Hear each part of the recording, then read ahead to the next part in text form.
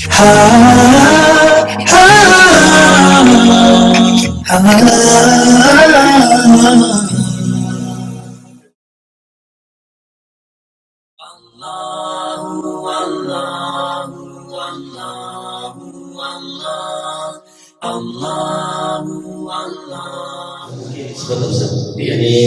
menarik sekali pembahasan kita sore hari ini, para pemirsa, pendengar Ar-Rasyad Channel Dakwah. Assalamualaikum warahmatullahi wabarakatuh. Sebelum menyampaikan ayat lanjutan, ini ada pertanyaan dari pendengar kita ini. Nampaknya ini pertanyaan dari jauh sekali, Ustaz. Masya Allah, rupa-rupanya Ar-Rasyad Channel Dakwah sudah didengarkan di daerah Papua. Alhamdulillah. Dan menyampaikan terima kasih kepada manajemen Al-Hafidz yang baik, di mana situasi rukun ini ternyata tidak berdampak dari segi untuk menambah ilmu. Buktinya teman-teman keluar dari Covid sudah beriman. Nah, jadi sekali lagi mari kita ucapkan terima kasih kepada manajemen Al-Hafidz yang baik, Al-Hafidz Dakwah, karena hari ini menampilkan narasumber dengan penjelasan sangat yang faktual, di mana kita tahu bahwa di akhir zaman ini atau dalam kondisi seperti ini terkadang banyak kemungkinan manusia berbuat dosa dan banyak kemungkinan orang berputus asa. Ya. Lalu karena itu ada pertanyaan dari akun yang bernama Bunga Arafah dari Papua Barat, Kota Solo. Beliau bertanya, Ustaz, ini menarik temanya berdosa yang mengharapkan ridha Allah Subhanahu wa Ta'ala. Tadi sempat beliau kaget berdosa mengharapkan ya. Masya Allah, artinya kalau secara bahasa dan metode bahasa ini, luar biasa sekali ini. Berdosa mengharapkan. Kita saja barangkali untuk diri sudah tidak abid, seorang hamba yang saleh. Kenapa harus berhenti Tuhan kepada Allah? Berdosa saja masih mengharap kepada Allah. Nah, pertanyaannya, syarat-syarat apa saja yang dibutuhkan untuk mendapatkan taubat itu atau rahmat Allah? Terima kasih. Silakan. Jadi Bunga Arafah, terima kasih banyak atas pertanyaan dari saudara kami yang di Papua Barat. Semoga Allah Subhanahu wa Ta'ala senantiasa memberikan kesehatan kepada kita semua. Amin. Jadi taubat itu ada dua cara kita melakukan taubat. Dengan dua model kesalahan yang kita lakukan. Ada kesalahan yang tidak berkaitan dengan hubungan kita dengan sesama manusia, yaitu kesalahan kita seperti meninggalkan sholat misalnya, seperti dalam artian minum khamar dan seterusnya, kesalahan-kesalahan yang tidak melibatkan manusia yang lain. Nah, cara kita bertobat ini adalah yang pertama sesali dulu. Itu salah satu syarat tobat, harus disesali penyesalan. Yang kedua, berjanji untuk tidak melakukan kesalahan itu. Yang ketiga adalah kita mohonkan kepada Allah Subhanahu wa Ta'ala segala apa yang kita lakukan. Yang dimaksud di sini adalah yang tidak berkaitan dengan manusia yang lain.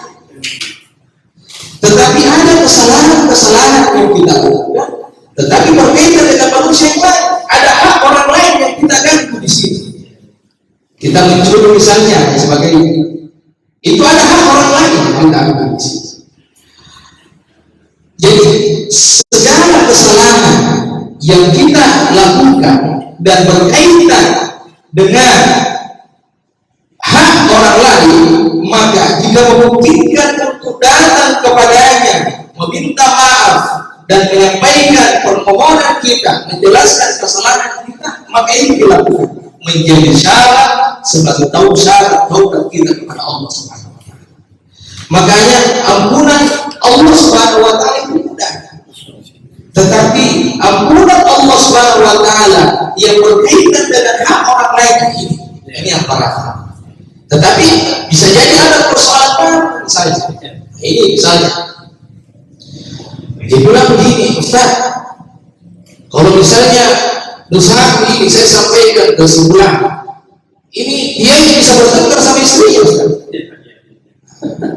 Jadi kondisi yang seperti ini, jangan sampaikan sehingga dia membuat dia bertengkar dengan istrinya. Tidak boleh. Jadi kesalahan-kesalahan yang kita lakukan yang berkaitan dengan hak orang lain itu kita datang kepadanya, minta maaf dan menceritakan apa yang kita lakukan jika memungkinkan. Tetapi jika menimbulkan sebuah mudarat yang baru, maka itu doakan dia dan berbuat baik kepadanya dan sering menceritakan kebaikannya. Itulah cara kita. Nah, kemudian seperti itu. Ya. Orang yang berbuat, orang yang katakanlah orang yang baru mau dicerai, bagaimana cara aku ini supaya sukses hijrah? Orang yang baru mau hijrah, yang pertama saya ingin berikan ilustrasi. Orang yang melakukan banyak kesalahan atau dia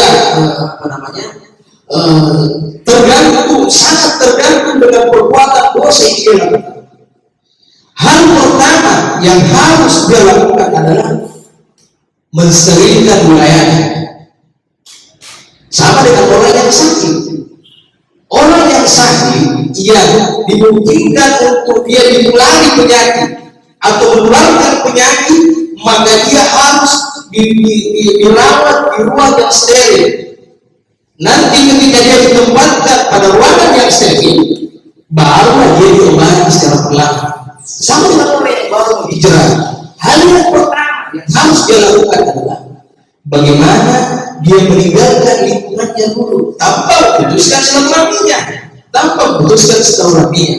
Dalam artian lingkungan yang memungkinkan dia untuk kembali kepada jalan yang pernah dia tempuh dahulu, jalan yang tidak tepat yang pernah dia tempuh dahulu, dia tinggalkan dulu.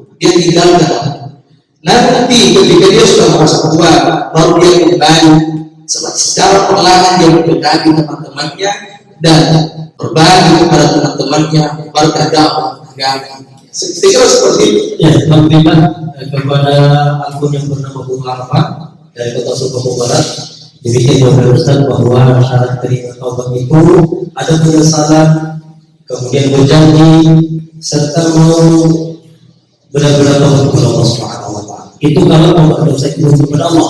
Tapi kalau kepada manusia silakan nama kepada daerah seperti itu. Jadi kamu mungkinkan. Ya, kalau berkelahi suami dan istrinya ya. Ya, Alhamdulillah. Terima kasih kepada Bapak.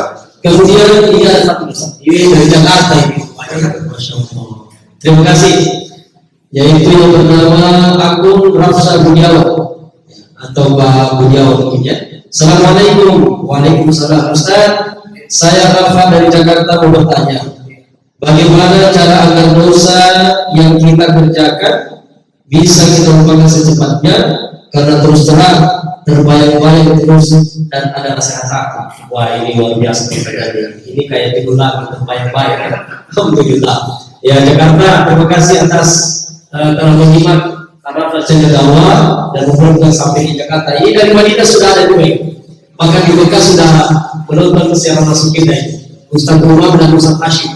Jadi saja, jadi bagaimana cara agar dosa kita kerjakan kita lupakan secepatnya? Demikian. Pak Budiawan yang Jakarta. Jadi mengingat kesalahan itu bukan sebuah dosa. Sering mengingat sebuah kesalahan itu bukan sebuah dosa. Yang salah itu adalah menceritakan kesalahan kita. Dalam sebuah riwayat disampaikan seluruh dosa umat Rasulullah SAW diampuni oleh Allah Subhanahu Wa Taala ketika dia memohon ampun, kecuali dosa yang dia ceritakan kemana-mana. Karena di samping ada amal jari yang berupa kebaikan, ada juga dosa jari. Dosa yang kita ceritakan kemana-mana inilah yang menjadi persoalan Ya, ketika orang lain mendengar bisa jadi mengikuti apa yang kita lakukan. Karena pada dasarnya segala sesuatu yang kita lakukan, secara umum sesuatu yang kita lakukan, baik berupa kebaikan ataupun keburukan, itu bisa terlaksana karena berdasarkan apa yang kita dengar dan apa yang kita lihat. Makanya Allah Subhanahu wa taala berfirman, seringkali menyandingkan dua hal ini, pendengaran dan penglihatan dalam Al-Qur'an. Begitupun demikian dengan hati. Khatamallahu ala qulubihim wa ala sam'ihim wa ala absarihim. Di ayat yang lain, walaqad zara'na li jahannama katsiran minal jinni wal ins lahum qulubun la yafqahuna biha wa lahum adhanun la yasma'una biha wa lahum a'yunun la yubsiruna biha ulaika kal an'ami bal hum adall. Jadi Syekh Mutawalli Sya'rawi menyebutkan min wasail al-ilmi thalath. Yang pertama penglihatan, pendengaran, dan hati atau akal.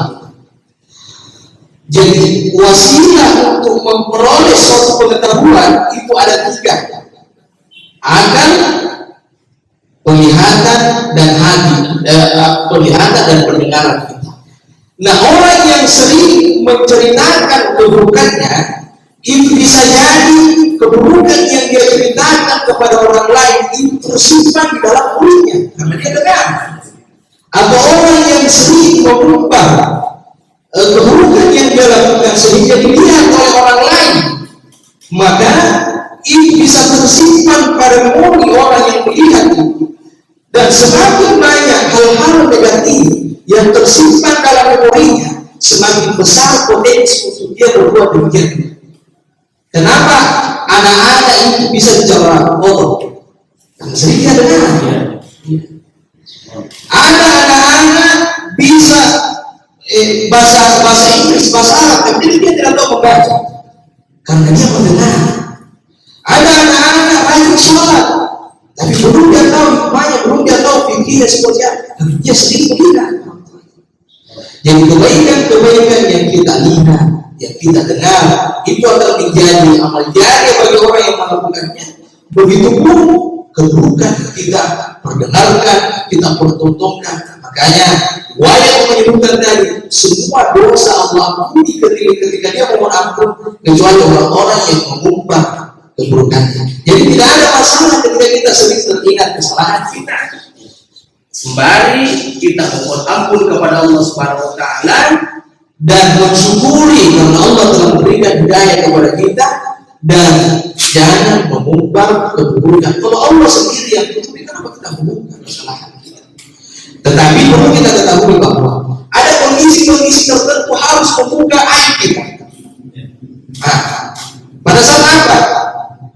Jika dibutuhkan di persidangan, kita dimintai keterangan oleh hakim, oleh polisi, keterangan saksi, itu kita harus membuka aib kita. Apapun itu. Yang kedua, pada saat apa? Ketika ada orang yang mau dilamar, dia datang kepada kita, saya mau lamar anaknya. Kemudian kita yang mengetahui aibnya bukan membuka secara detail aibnya, tidak, tetapi kita memberikan isyarat kepada dia jika sekiranya perkawinan yang akan terjadi itu akan membawa mudarat besar, maka ada tabayun, sehingga kita memberikan isyarat kepada dia ini untuk mundur, bukan dia yang tepat dengan orang tersebut. Jadi itulah hal-hal yang seperti itu.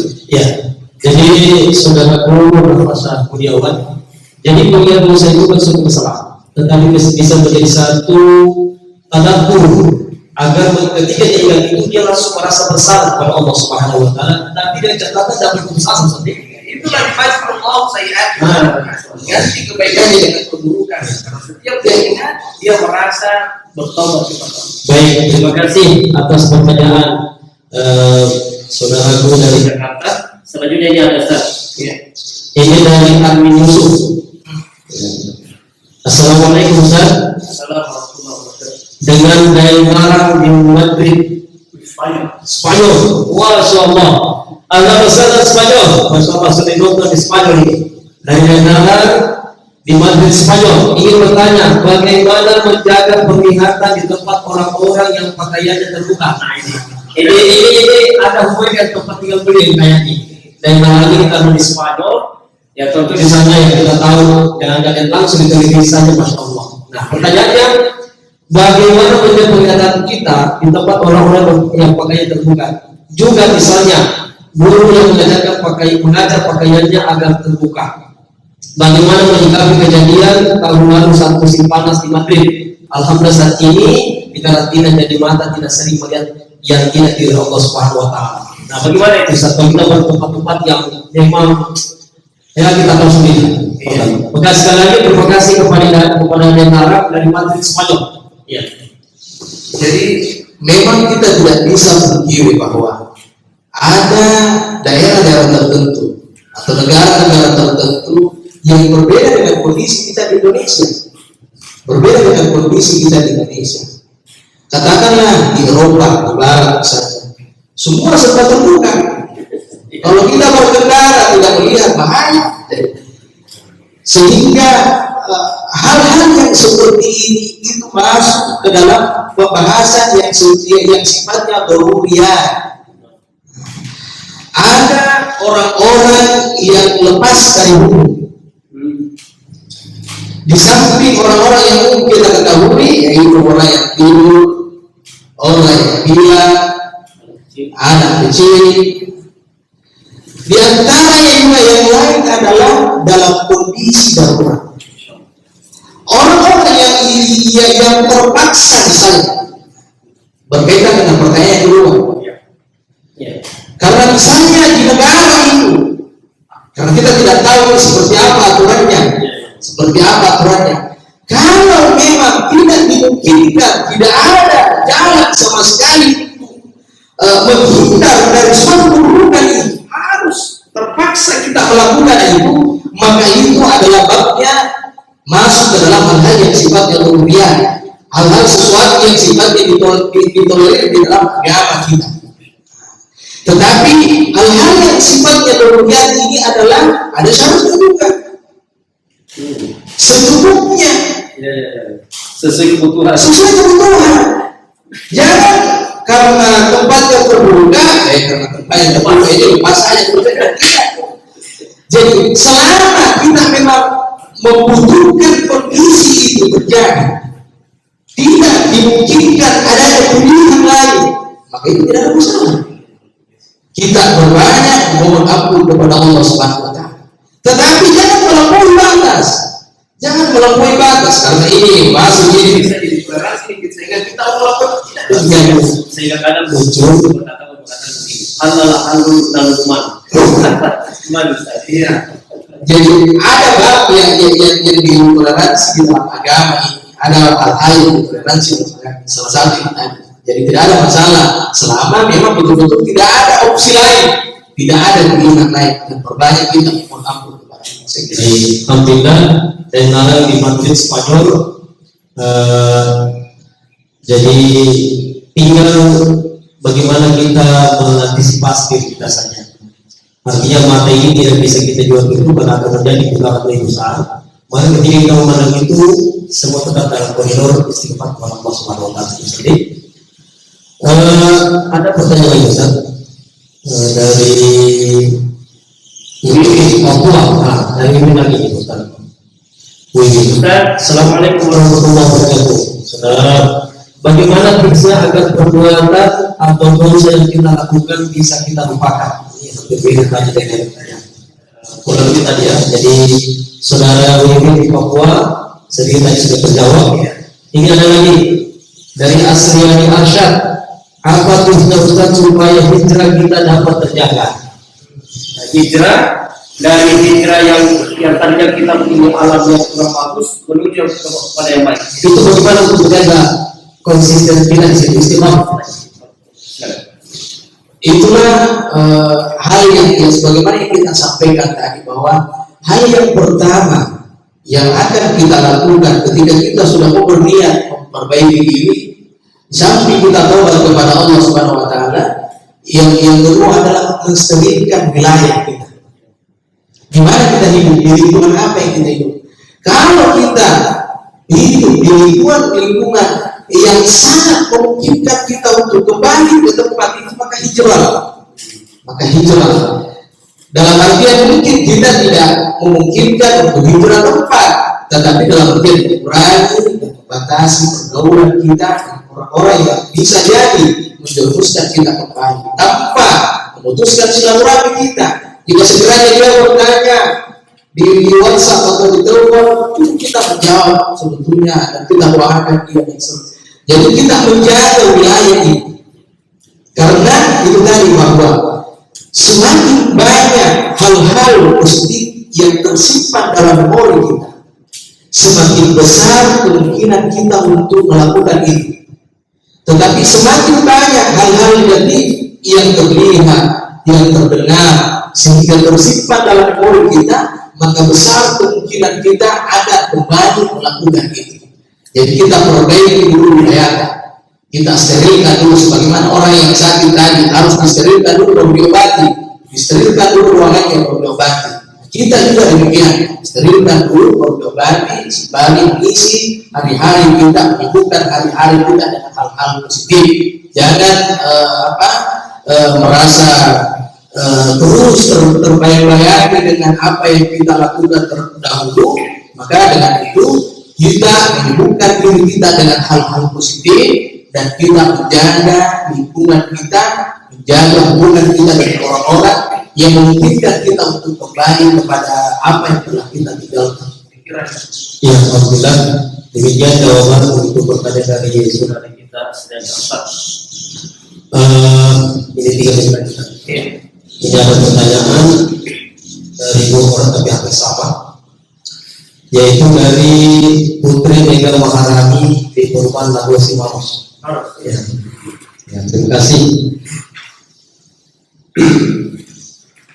Bagaimana jika saya durhaka kepada kedua orang tua, tapi minta maaf kepada Allah? Itu gimana? Jadi kalau orang tua kita masih hidup, maka wajib hukumnya kita datang kepadanya dan memohon ampun kepadanya, memohon maaf kepadanya. Tetapi jika sekiranya orang tua kita telah mendahului kita kembali ke hadirat Allah Subhanahu wa taala, maka banyak-banyaklah mendoakan dia dan bersedekah atas nama dia, membacakan, meringkan bacaan-bacaan Al-Quran.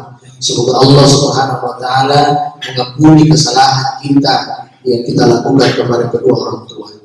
Jadi teman-teman sekalian, mudah-muda sahabat-sahabat dimanapun Anda berada, perlu kita pahami bahwa kebaikan yang kita lakukan kepada kedua orang tua itu bukan sebagai balasan atas jasa. Saya memberikan ilustrasi seperti ini. Ada pimpinan perusahaan mempekerjakan bawahannya ini, dia telah mengorbankan tenaganya, dia telah mengorbankan pikirannya, dia telah mengorbankan waktunya, sehingga pengorbanannya ini wajar dia digaji dengan nominal, sehingga gaji dari atasannya ini sebagai balasan atas apa yang dia korbankan. Tetapi kita kepada orang tua tidak bisa kita balas sama tua. Pertama, kita lahir dari dia. Yang kedua, dia yang membesarkan kita. Yang ketiga, dia yang membiayai kita, membiayai pendidikan kita, dan seterusnya. Sehingga kebaikan-kebaikan yang kita lakukan kepadanya bukan dalam artian membalas jasa kita. Kita tidak mampu membalas kebaikan yang kita lakukan, membalas kebaikan yang dilakukan orang tua kita kepada kita. Kebaikan yang kita lakukan ini adalah cara kita berbakti kepada kedua orang tua itu, bukan membalas, tapi berbakti kepada kedua orang tua. Nah, itu yang harus kita pahami. Sehingga teman-teman muda, hati-hatilah dalam bersikap kepada kedua orang tua kita, jangan sampai kita melukai hatinya. Seperti itu. Alhamdulillah. Demikian jawaban dari pertanyaan Putri Mega Maharani si Paros. Ya, satu pertanyaan saja. Masih ada satu pertanyaan terakhir dari Hasan Rahman. Ya. Assalamualaikum Ustaz. Waalaikumsalam. Apa ciri-cirinya seorang berdosa mendapatkan ridha Allah Subhanahu wa taala? Ini menarik ini.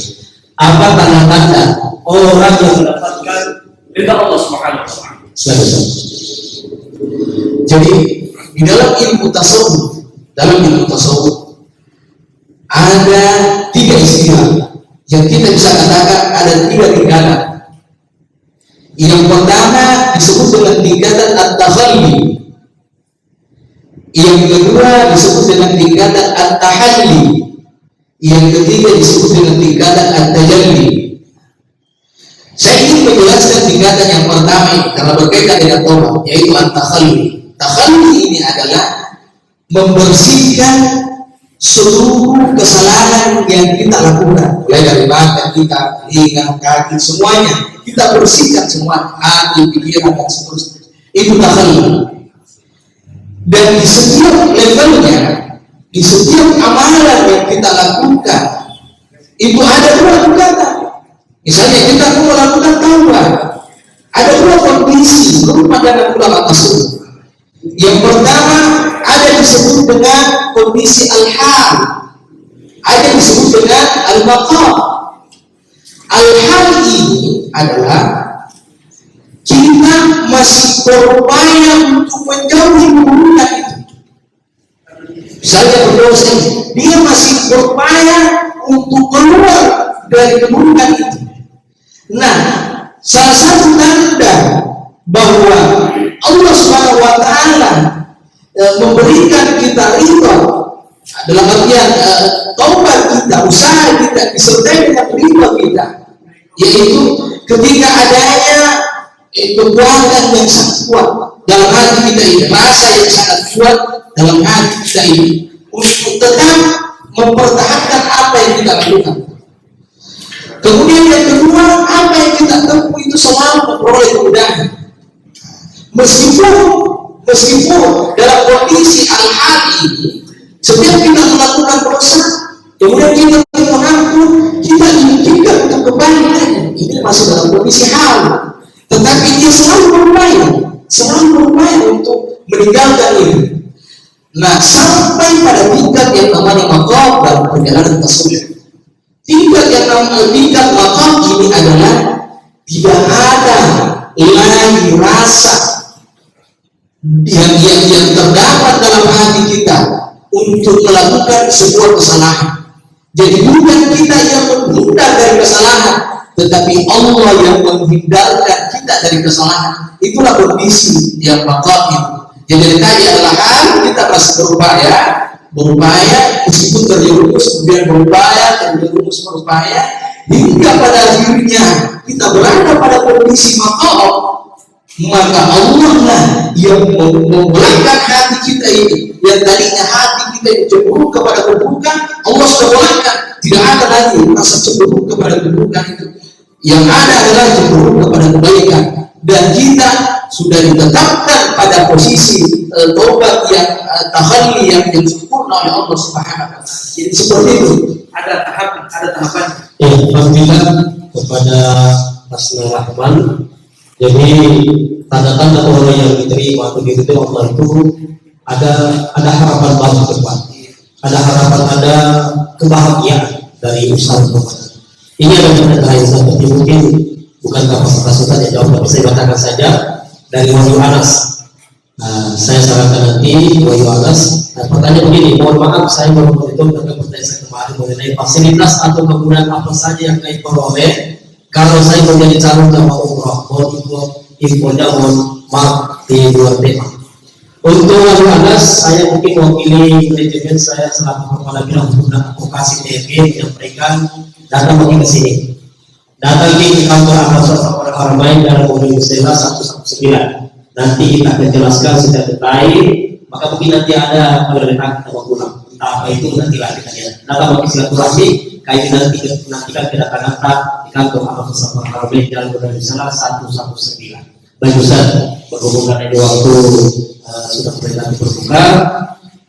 Para pendengar Arab Channel dimanapun berada, kaum muslimat yang dirahmati Allah, sebelum kita mengakhiri, kita memberikan resumé conclusion, kesimpulan dari apa sampai oleh beliau tadi, sekaligus ditutup dengan doa, dan kami harapkan semua doa para pemirsa pendengar Arab Channel dimanapun doakan agar kita semua senantiasa selamat, bahagia di akhirat, dan terjauhkan dari kita yang melewati virus wabah COVID-19 ini atau corona dengan atas izin Allah Subhanahu wa Ta'ala. Istilah Ustaz dibuatkan kesimpulan dan sekali ditutup dengan doa. Yang pertama yang saya ingin sampaikan bahwa yang namanya manusia biasa tidak akan pernah luput dari namanya kesalahan. Siapapun itu, entah dia adalah seorang ulama, entah dia adalah seorang awam, namanya manusia biasa adalah sering berbuat kesalahan dan dosa. Sehingga orang yang berbuat kesalahan dan dosa, kita harus pahami bahwa dia adalah manusia biasa. Sehingga jangan hina dia, jangan membuat kesan sehingga dia jauh dari agama. Cara yang kita lakukan adalah berikan kesan kepadanya agar supaya dia mendekat kepada agama. Inilah yang menarik disebutkan di dalam Al-Quran. وَلْتَكُنْ مِنْكُمْ أُمَّةٌ يَدْعُونَ إِلَى الْخَيْرِ وَيَأْمُرُونَ بِالْمَعْرُوفِ وَيَنْهَوْنَ عَنِ الْمُنكَرِ. Ini ada 3 tahap di sini. Yang pertama, ad-da'wah ilal khair, al-amru bil ma'ruf wan nahyu 'anil munkar. Kenapa didahului dengan ad-da'wah ilal khair? Bukankah memerintahkan seseorang kepada kebaikan itu adalah dakwah ilal khair? Bukankah mencegah seseorang dari berbuat munkar adalah dakwah ilal khair? Tetapi kenapa didahului dengan dakwah ilal khair? Dakwah itu pada dasarnya adalah mengajak, mengundang orang makan. Bagaimana kalau kita mengundang makan? Apa kita sini makan? Apa kita memasak ini yang menyeramkan? Sehingga sebelum kita perintahkan orang untuk berbuat baik atau mencegah orang untuk jauh dari semua perkara, yang pertama berikan bimbing yang terbaik, ajak dia. Ad-da'wah ilal khair jauh dahulu sebelum kita menyuruh orang atau melarang orang. Nah, inilah yang harus kita tanamkan kepada saudara-saudara kita yang masih berjuang untuk hijrah, masih berjuang untuk hidup. Kita doakan dia, kita dukung dia. Saya tutup dengan salah satu riwayat yang dijelaskan oleh Rasulullah. Suatu ketika sahabat yang bernama Abu Zar. Abu Zar ini suatu ketika dia keluar tengah malam. Dia mendapati Rasulullah dalam keadaan sendiri berjalan. Kemudian Rasulullah melihat Abu Zar itu kan kepada Rasulullah untuk bagaimana beliau berjalan. Singkat cerita, di malam itu Abu Zar ini disuruh berumur oleh Rasulullah. Kemudian Rasulullah berjalan ke padang pasir hingga tubuh Rasulullah tidak terlihat oleh Abu Zar. Tiba-tiba Rasulullah bergegas kembali dengan meneriakkan sebuah kalimat. Dia berkata begini, wa insya. Jadi Abu Zar heran, siapa yang ditemani berbicara? Rasul. Sedangkan Rasulullah sendiri. Sehingga Abu Zar sangat penasaran, siapa orang ini kembali Rasulullah berbicara. Kenapa Rasulullah mengulang-ulang wa inzana, wa insarata, wa insyarika al-khamr. Begitu Rasulullah mendekat kepada Abu Zar. Abu Zar bertanya, siapa gerangan ya Rasul? Rasul menjawab, beliau adalah Jibril. Jibril berkata begini kepada Rasulullah, Basyir ummatan man lam yakun bighairi syirk fi ma'na. Katanya Jibril berkata kepada Rasulullah, berikanlah kabar gembira kepada umat bahwa siapa yang mati tidak dalam keadaan syirik kepada Allah Subhanahu wa Ta'ala dakhala jannah. Sehingga Rasulullah berkata, wa insana wa insara wa insara, meskipun dia berzina, meskipun dia mencuri, meskipun dia minum khamar, Jibril mengatakan, nah, betul, meskipun dia berzina, meskipun dia mencuri, meskipun dia minum khamar, ketika dia sebelum ayat itu dia mohon ampun kepada Allah Subhanahu wa Ta'ala, maka selama dia tidak dalam keadaan syirik, ampunan Allah Subhanahu wa taala diterima sekali. Sehingga jangan kita pernah berputus asa atas rahmat Allah. La taqnatu min rahmatillah. Mudah-mudahan apa yang saya sampaikan pada kesempatan kali ini senantiasa bermanfaat kepada pribadi saya khususnya dan kepada teman-teman sekalian. Sebelum kita tutup, mari kita berdoa bersama. Bismillahirrahmanirrahim. Allahumma shalli ala sayyidina Muhammadin fil awwalin, shalli ala sayyidina Muhammadin fil akhirin, shalli ala sayyidina Muhammadin fi kulli waqtin wahid, wa shalli ala sayyidina Muhammadin fil malai a'la ila yaumiddin. Allahumma ya Nuranmu, ya Khalifatmu, ya Malikatmu, ya Nuran fawqa kulli nur. Allahumma shalli ala sayyidina Muhammadin fil arwah, wa shalli ala jasadi sayyidina Muhammadin fil lisan, wa shalli ala qabri sayyidina Muhammadin fil qubur. Allahumma balligh wa sayyidina Muhammad bila tahiyatan wa salama. اللهم ربنا ظلمنا انفسنا وان لم تغفر لنا وترحمنا لنكونن من الخاسرين. اللهم اغفر لنا ولوالدينا وارحمهم كما ربونا صغارا. اللهم يا مقلب القلوب ثبت قلوبنا على دينك وطاعتك. اللهم يا مقلب القلوب ثبت قلوبنا على دينك وطاعتك. اللهم انا نسالك سلامة في الدين والدنيا والاخره وعافية في الجسد وزيادة في العلم وبركة في الرزق وتوبة قبل الموت ورحمة عند الموت ومغفرة بعد الموت اللهم حرم علينا في سكرات الموت والنجاة من النار والعفو عند الحساب. اللهم طول عمرنا على هداية رسول الله وصحح لساننا برحمة رسول الله ونور قلوبنا بأنوار رسول الله وحسن أعمالنا باتباع رسول الله ووسع أرزاقنا ببركة رسول الله. اللهم اجعل مجالسنا مجالس رسول الله. اللهم اجعل أهلنا أهل رسول الله. اللهم اجعلنا مع حبيبك رسول الله صلى الله عليه وسلم في الدنيا والآخرة يقظة ومناما. اللهم ربنا آتنا في الدنيا حسنة وفي الآخرة حسنة وقنا عذاب النار. وصلى الله على سيدنا محمد والحمد لله رب العالمين. الفاتحة.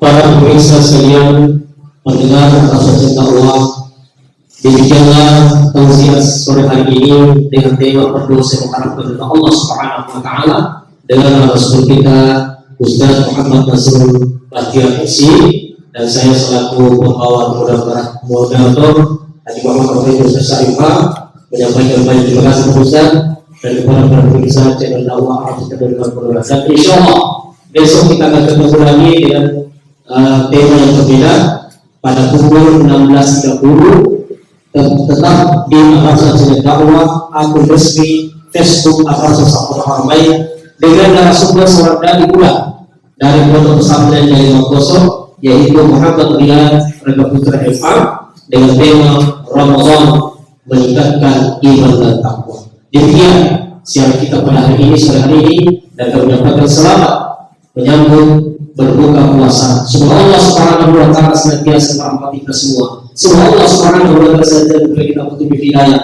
dan insyaallah selamat dunia akhirat di mana kita menjadi ibadah yang berkenan Allah Subhanahu wa taala. Jazakumullahu khairan wa insyaallah jazak. Assalamualaikum warahmatullahi wabarakatuh.